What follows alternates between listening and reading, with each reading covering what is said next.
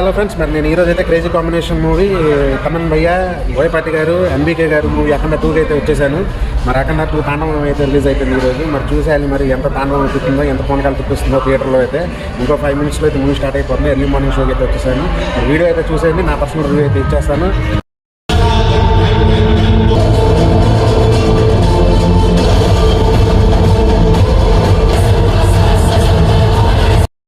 ఈ సినిమాలో ప్రతి గడప నా గడపే, ప్రతి కుటుంబం నా కుటుంబమే.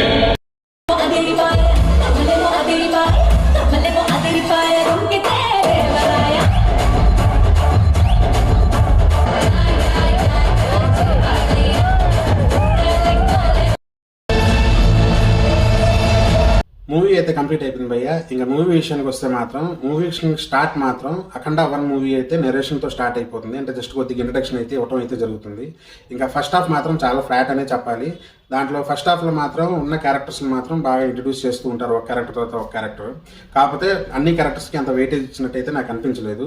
ఏమన్నా బాగుంది అంటే ఒక జాజికాయ సాంగ్ అయితే బాగుంటుంది. మ్యూజిక్ మాత్రం మాస్ సాంగ్ కాబట్టి డాన్స్ కూడా అర్పించేశారు.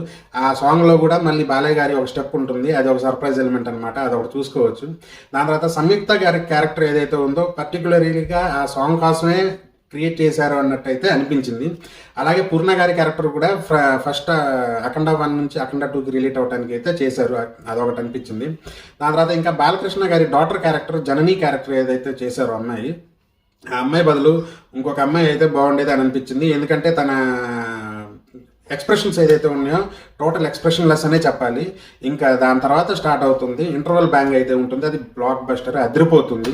ఇంకా అక్కడ నుంచి మొదలవుతుంది భయ్య తాండవం. ఇంకా అఖండ తాండవం అసలు మూవీ అక్కడ నుంచి స్టార్ట్ అవుతుంది.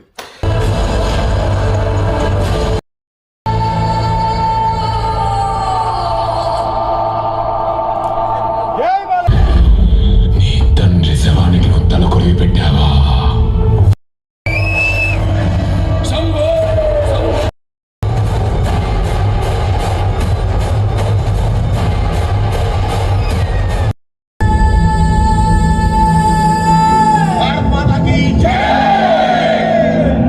సో ఇంకా ఆది గారు సెకండ్ హాఫ్ నుంచి అయితే స్టార్ట్ అవుతారు. సో అక్కడ ఆది గారి క్యారెక్టర్కి ఆయనలో ఉన్న పరిధిలో అయితే మాత్రం ఆయన చాలా బాగా చేశారనే చెప్పాలి. దాని తర్వాత ఇంకా సెకండ్ హాఫ్ మొత్తం ఫైట్స్, మధ్యలో సనాతన ధర్మం గురించి కొద్దిగా మాట్లాడతారు, అది కొద్దిగా ఎలివేషన్ బాగుంటుంది, మన గూస్ బంప్స్ కూడా వచ్చేస్తాయి. సో అది సెకండ్ హాఫ్. దాని తర్వాత ఎండింగ్ ఫైట్స్ ఏదైతే ఉంటుందో అది పీక్స్కి ఇంకొక స్టెప్ పైకి ఎక్కేశారనే చెప్పాలి, ఆ లెవెల్లో ఉంటుంది. సో మనకు తెలిసిందే కదా, బాలయ్య గారి కాంబినేషన్ ఇంకా బోయపాటి గారి కాంబినేషన్ అంటే మనం లాజిక్స్ ఫిజిక్స్ మర్చిపోయి తేనే ఎంజాయ్ చేయగలం. సో మూవీ చెప్పాలంటే సెకండ్ హాఫ్ ఆ రకంగా అయితే ఉంటుంది. ఇంకా ఎండింగ్లో అయితే ఒక తాండవం ఫైట్ అయితే ఉంటుంది భయ్య, అది ఎక్సలెంట్, చాలా బాగా డిజైన్ చేశారు. సో అది కంపల్సరీ మిస్ అవ్వకుండా అయితే చూడాలి, వెళ్ళిన తర్వాత కంపల్సరీ చూస్తాము. సో అది ఎండింగ్ చాలా బాగుంది. మొత్తానికి బాలయ్య గారి అండ్ బోయపాటి గారి మూవీ మార్క్ అయితే కనపడుతూ ఉంటుంది, సూపర్గా వర్కౌట్ అయిందని చెప్పాలి. పర్సనల్గా నా ఒపీనియన్ ఏంటంటే పిల్లల్ని మాత్రం మూవీకి కొద్దిగా అవాయిడ్ చేస్తేనే బెటర్ అని నా పర్సనల్ ఒపీనియన్. ఎందుకంటే మూవీ మొత్తం వైలెన్స్. సో అదనమాట. ఇంకా సో ఫుల్ మూవీ గురించి చెప్పాలనుకుంటే మాత్రం ఇంకా సెకండ్ హాఫ్ కోసం వెయిట్ చేస్తూ ఫస్ట్ హాఫ్ అయితే మనం చూడాల్సి వస్తుంది. సో ఎందుకంటే కంటెంట్ మొత్తం సెకండ్ హాఫ్లోనే ఉంటుంది. సో అది భయ్యా నాది నా పర్సనల్ ఒపీనియన్కి. హింటా ఫట్టా గురించి చెప్తామా, బాలయ్య బాబు గారి ఫ్యాన్స్కి మాత్రం ఫీస్టు అసలు అదిరిపోద్ది, మామూలుగా ఉండదు.